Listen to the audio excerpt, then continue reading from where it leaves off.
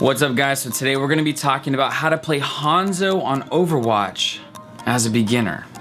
Let's talk about it. Welcome back to the Exfil and Hideout. My name is Ghost. If you guys have never been here before, I'm super excited you guys are here. This is guide number 2 for the heroes. I want to try to hit as many new hero guides as possible, being that most of the hero guides, for beginners at least, that are out right now are very old. They're like a year old, 2 years old. Some of them are even 3 years old.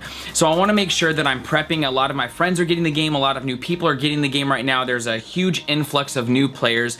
I want you guys to have guides to learn how to play these heroes and also to kind of prep us for Overwatch 2, which I'm really excited for. So in this guide, we're going to be talking about the best way to play Hanzo as a beginner in Overwatch. Those of you who are brand new to the stream, this is a place where we talk about the games we play, the lives we live, and how we can look for ways to help each other be better than we were the day before, better than yesterday's the motto, one stream at a time, one day at a time. If you guys feel like you vibe with that, please subscribe to the channel, especially if you guys want to see more Overwatch content, Valorant content, or Apex Legends. We are covering a lot of FPS titles, so get ready for some more.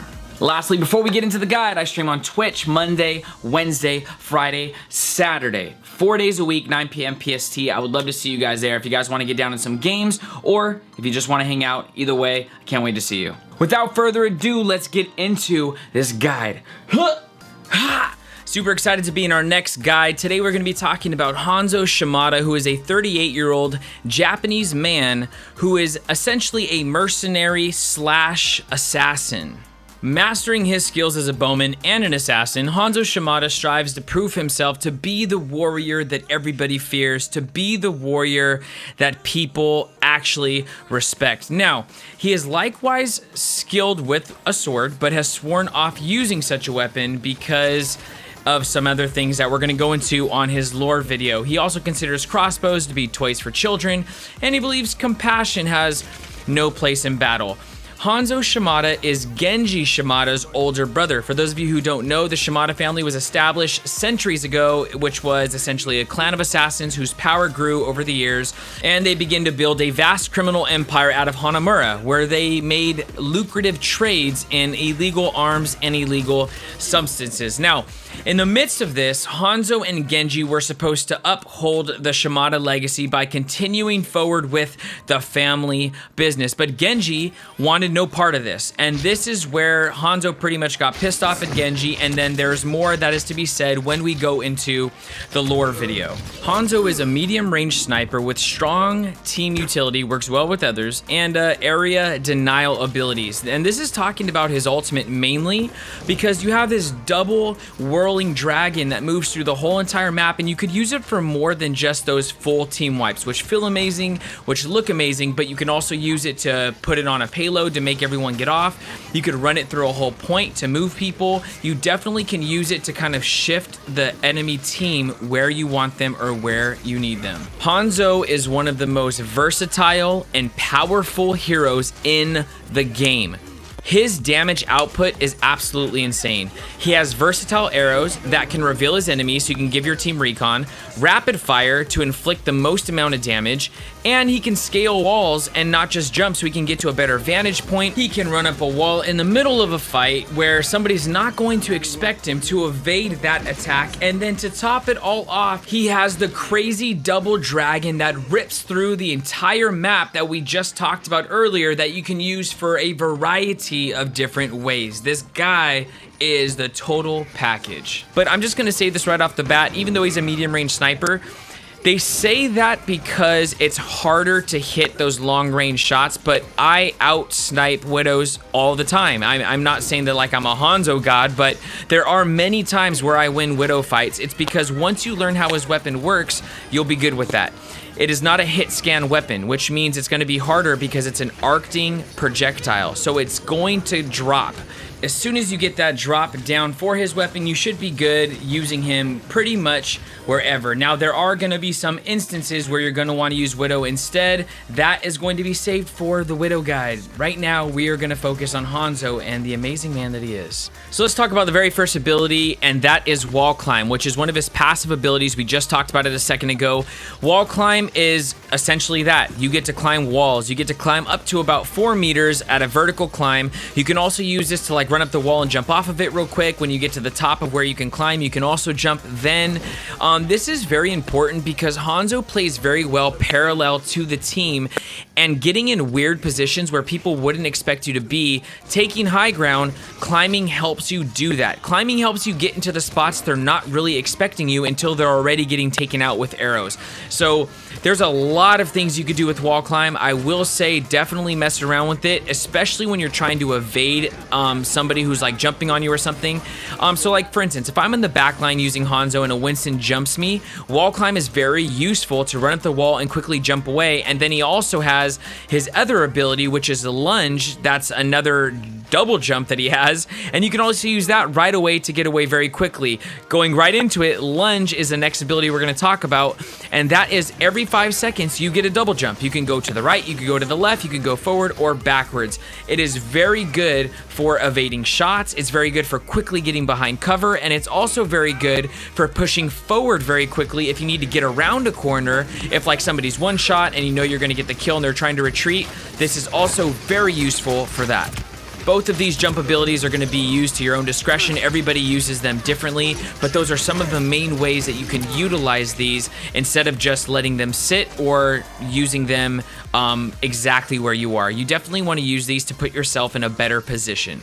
So the weapon you're pretty much going to be using is the Storm Bow with Hanzo, which can do up to 125 damage depending on the charge. You will see when you begin to use the weapon, the longer you hold it, you will be charging your weapon essentially. It does have an arcing projectile, so anything over, I would say, I don't know, 50, 60 meters, you're definitely going to have to compensate for that arc. The amazing thing about Hanzo is he has the one-shot potential.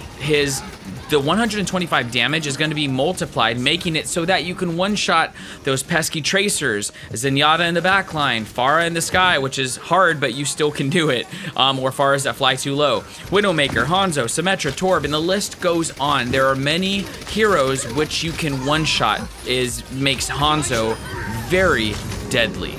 The first arrow we're going to talk about that is different and makes this bow versatile is the Sonic Arrow, providing recon for the rest of your team. Now, I want to just throw this out there. There is arguments about Storm Arrows and Sonic Arrow if they are still arcing projectiles or if they are hit scan.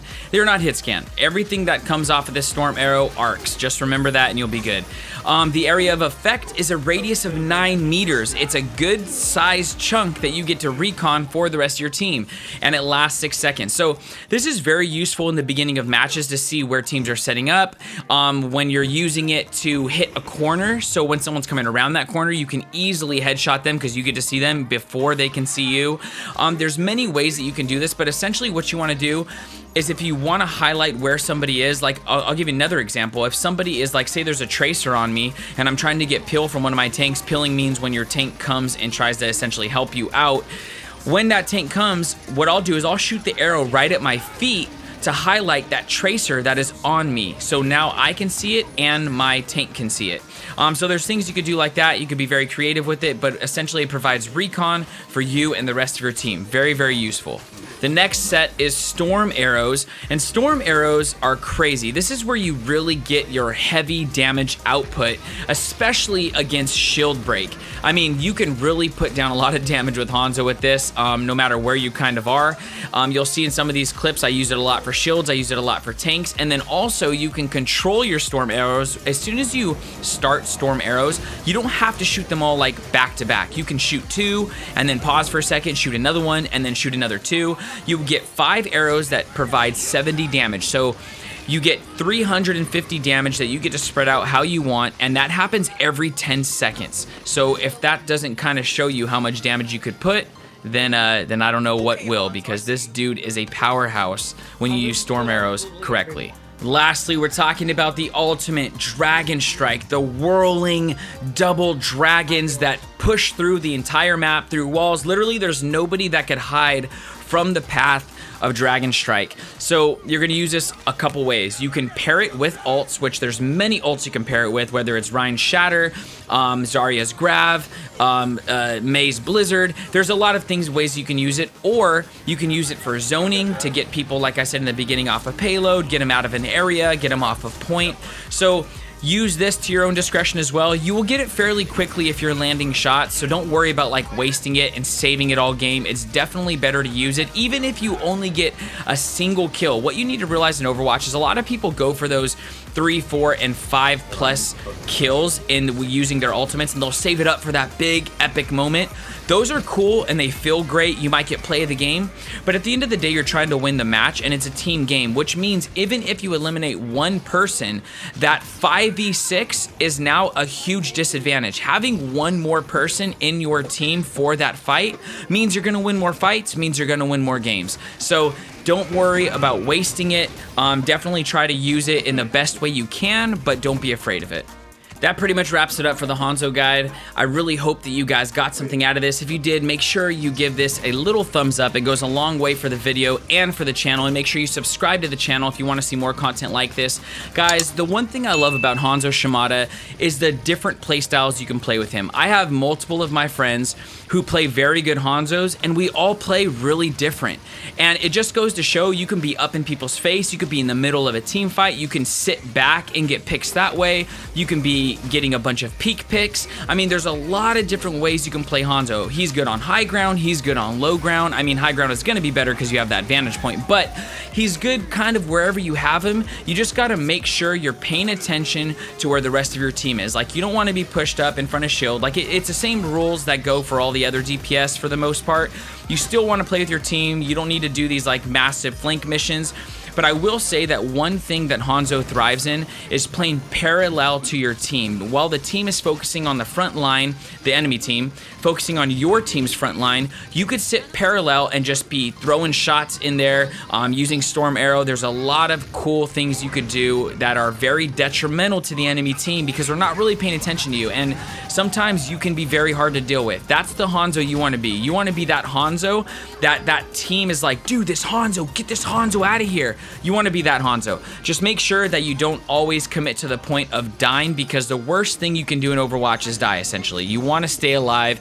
That's the best thing in the game. So get those cheeky shots and then go right back to the team. Make sure you stay alive. Communicate with your healers. Communicate with your tanks, and you will be just fine. Let me know, guys, what hero guides you want to see next down in the comments below. I would love to also see any other Overwatch content that you guys want to talk about. Let me know as well. And I would encourage you guys to join the Discord. There is 200 plus amazing individuals who are like-minded, just like you, in the sense that they don't want a solo queue, right? So if you guys want to play together, we have console players, we have PC players. Definitely get in there, post some of your clips. Feel free to post your guys' stream in the little self-promotion area, and definitely let's have a good time. Look forward to seeing you in there. All the links you guys need will be down below, and I believe, according to the Twitter poll, the next hero guide we will be doing might be Zen. So if you like that, dislike that, let me know. I hope you guys are very blessed. I hope you have an amazing day or night, depending on where you're at in the world. And I will catch you on the next one. Peace.